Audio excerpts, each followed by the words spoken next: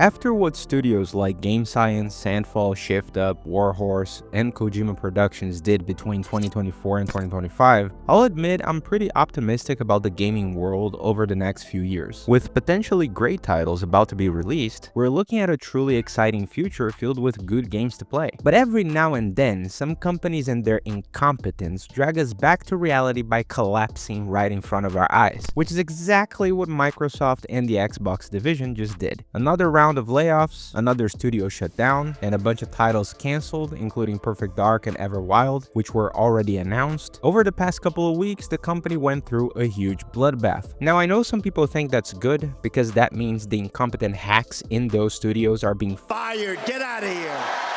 And we're fortunately not going to have to deal with games made by people who seemingly hate gamers, probably filled with the usual woke crap that would only further tarnish the Xbox brand. And yeah, that part is pretty good. But studios that created actually great games and were key parts of Xbox studios also suffered in this. Truth be told, it's not even about specific studios or titles. It's about Microsoft and Xbox being utterly incompetent at managing the creative resources they spent billions of dollars acquiring. Before we take a closer look at why Microsoft is becoming a joke in the gaming industry, don't forget to leave a like and subscribe. It really helps out a lot. Anyway, this whole Xbox situation feels pretty personal to me. Gaming has always been one of my favorite hobbies, but for a long time I didn't really have access to it. I'm from a third world country. Gaming here is a luxury, not a hobby. I only had the chance of using a Super Nintendo or the PlayStation 1 because of my friends who actually owned those consoles. Years after my parents saved a ton of money to buy me a PlayStation 2, I finally had the opportunity of buying a console with my own money. It was the Xbox One, the only console I could afford, and more importantly, the console that would give me access to Game Pass. Honestly, it was one of the best decisions of my life. I got to play some of the best games I've ever touched thanks to that console. Game Pass introduced me to Halo, which basically turned me into a Microsoft fan. I played Ori, Red Dead Redemption 2, Nier Automata, Control, Forza Horizon, so many amazing titles. Even after building a gaming PC, I still use Game Pass now and then. More recently, I played Lies of P on Game Pass, probably my favorite Souls-like ever. I even got to play Expedition 33, my game of the year in 2025, before buying it on Steam. And yet, even after all that, I know some people will still call me a hater for what I'm about to say, but it is what it is. There's a lot of idiots online. As someone who knows how expensive gaming can be and how much the Xbox ecosystem meant to me as a consumer, watching the current state of the company is frustrating to say the least. Xbox at one point felt like it could truly become the Netflix of gaming. That was the idea. Unlimited access to hundreds of games, first-party titles on day one, cloud gaming, cross-platform integration. It sounded great. And to be fair, some of it is great. But none of that matters if the foundation is broken. The market strategy, the games, the studios themselves. This entire mess really started back in 2017 with the launch of Game Pass. As a service, it was a great idea, especially for gamers. Instead of buying 1 or 2 games a year, you could rent an entire catalog, save money, and get day one access to Microsoft exclusives. Third-party studios also benefited to a degree. They got upfront financial compensation, more exposure, and possibly more sales once the game left the platform. It was supposed to be a win-win. Millions of users signed up and things were looking good. But Xbox had bigger plans. They wanted to build a solid ecosystem, a seamless gaming hub through Game Pass, xCloud, and PC console integration. But that also meant competing even harder with Sony, whose exclusives, we all know, consistently dominated the hype within the industry. So Microsoft went all in. They started buying studios to create their own library of big-budget exclusives. In 2018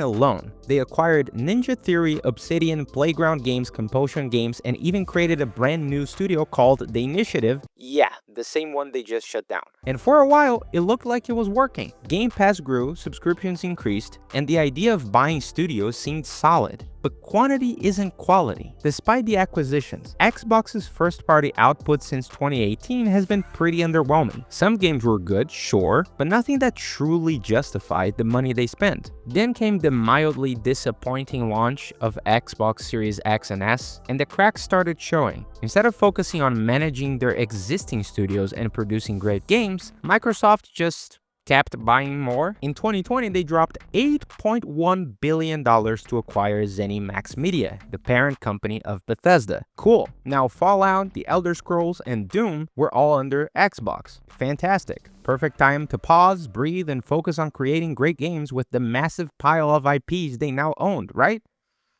Right? Okay, you gotta be kidding me. Let's take a moment to really grasp this. They acquired one of the biggest third-party publishers in the world. Along with Call of Duty, they got Diablo, Overwatch, World of Warcraft, Crash Bandicoot, Spyro, and even Candy Crush. Literally the largest deal in video game history. I'm not even going to mention the legal problems that acquisition generated. And what did they do with it? Barely anything so far. Overwatch 2 is currently decent, but not that massive, and had a pretty underwhelming release, even being review bombed on Steam. WoW certainly isn't what it used to be. Diablo 4 had a rocky launch. It's like they spent $70 billion just to say, yeah, we own that.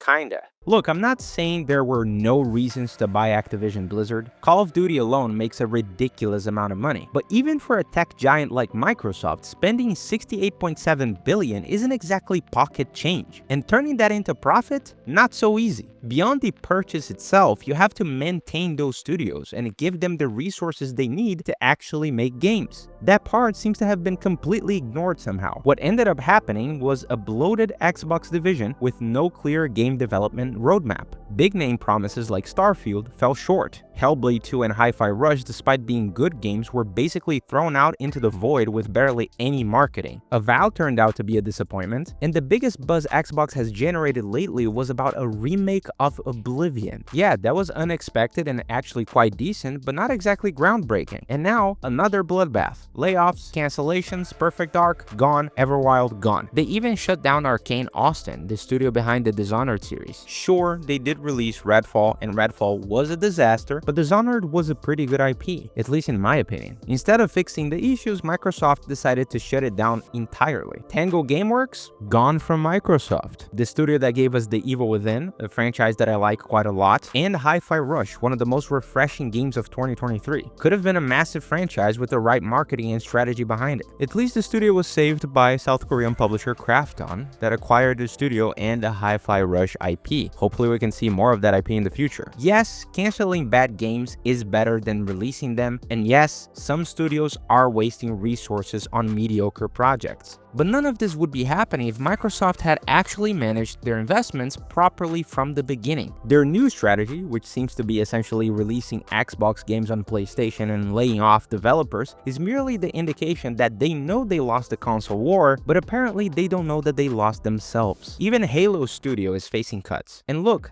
I haven't played anything of the franchise since Halo 3, so I can't speak for its recent quality as much. But if even Master Chief can't save jobs at Xbox, nobody can, dude. Nobody can. The company dug itself into a hole, and now they have to find a way out. If we want to be optimistic, and that's a big if, maybe this whole crisis will force Microsoft to finally get their act together, because honestly, it's hard to imagine it getting worse. Yes, more studios will suffer. With how much money Microsoft has burned, it's almost guaranteed we'll see more layoffs. Eventually, the Xbox division will shrink down to only the most profitable and competent teams. And I don't think that at this point, their priority is making woke games to preach political messages and inclusivity. The only color they want to include now is green in their pockets. They are literally just trying to stay alive. And even though I'm not necessarily optimistic about the future of Western game development, I do see hope. Some of the best games of the last few years came from Western devs. Look at what Larian did with Baldur's Gate 3, or what Sandfall and their legendary 30 devs did with Expedition 33. And maybe something as good as those games can come out of Xbox Studios. Like I said, I have a personal connection to Xbox. I want the ecosystem to succeed. It sucks to see people lose jobs and studios get shut down. But if that's the price for cleaning house and finally producing great games, I think we'll have to take that trade-off.